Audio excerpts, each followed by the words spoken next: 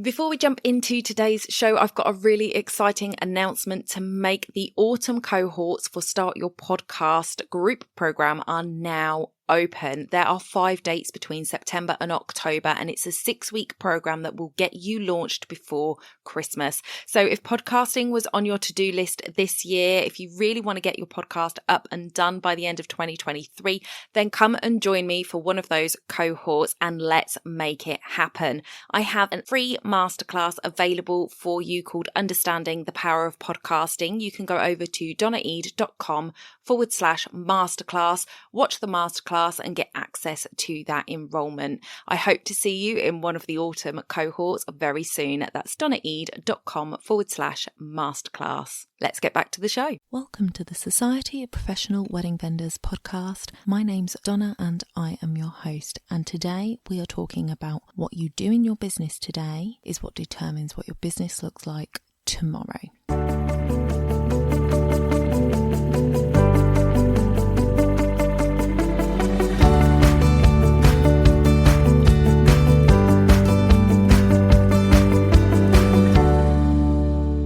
This episode is brought to you by the Society of Professional Wedding Vendors membership, a membership that recognises wedding vendors for their professionalism and high client care. You can find out more at www.spwv.co.uk.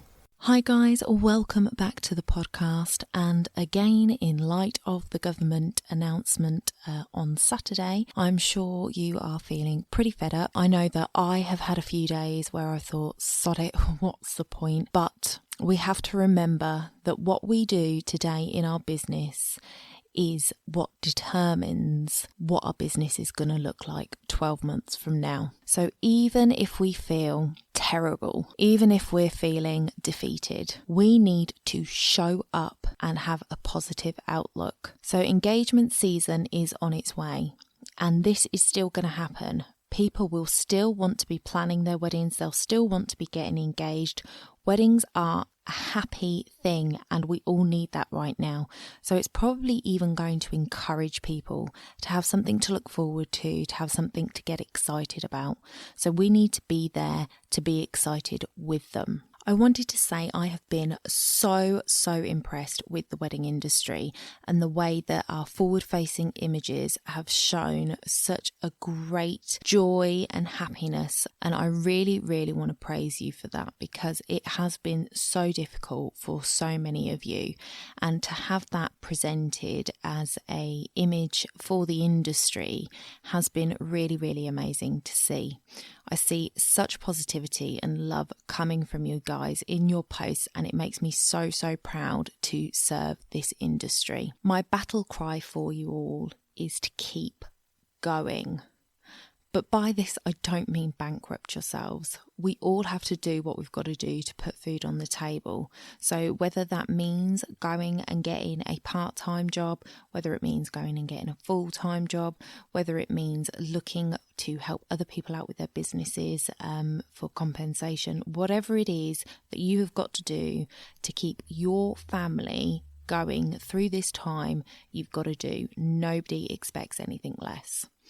But if you are planning on serving weddings in the future, if you are planning on being part of this industry for the long term, then you need to keep a presence going on social. You need to keep your social media consistent. You need to keep your follow-up consistent, because as the engagement season arrives, these couples are going to be looking for social proof. They're going to be looking for social proof that you have been active. They're going to look for social proof that you have offered value.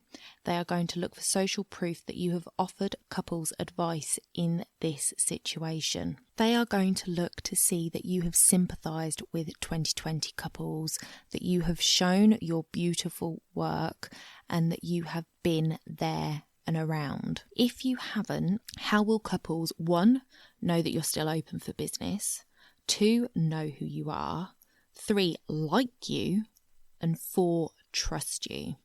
Trust is going to be a huge thing going forward, Before, I think there was an expectation from couples that vendors would just do their job.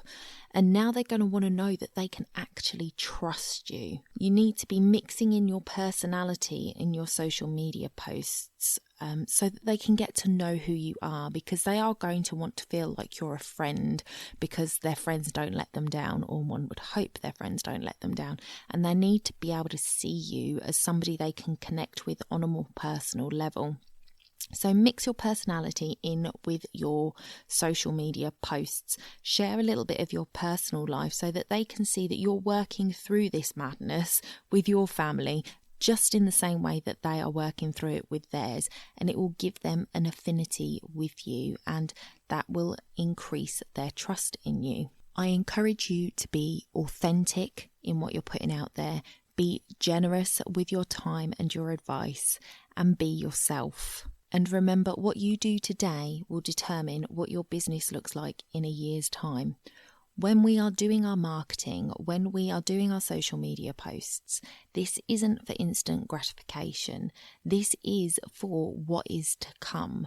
And people need to see that you are here. You may well go and get a day job or a part-time job if you aren't able to claim government help. You know, I started the society just as we went into lockdown first time round, so the government isn't helping me in my business. I have a side hustle to help bring in a little bit of extra income. The society just about covers its very minimal costings. I'm really trying to keep everything quite tight. And I now have an added support feature for the podcast. So if you do find any of these podcasts valuable or useful, you can now donate to the podcast by buying me a cup of tea. And you can do that. There is a link in the show notes for you to do that.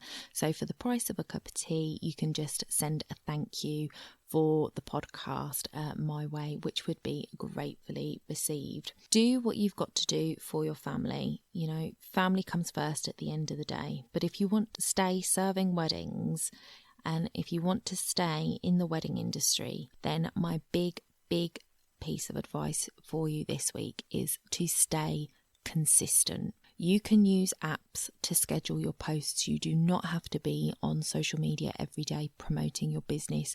You can do it on a Sunday evening, schedule it for the week, and then go about whatever you've got to do to look after your family during the week. And just keep checking in for those comments and responses. So guys, I hope you have a great weekend with your families. It's going to look a little different this week, as we should all be going to bonfire nights and whatnot. So if you are having bonfire night at home, please be safe, and I will speak to you guys next week. Bye for now.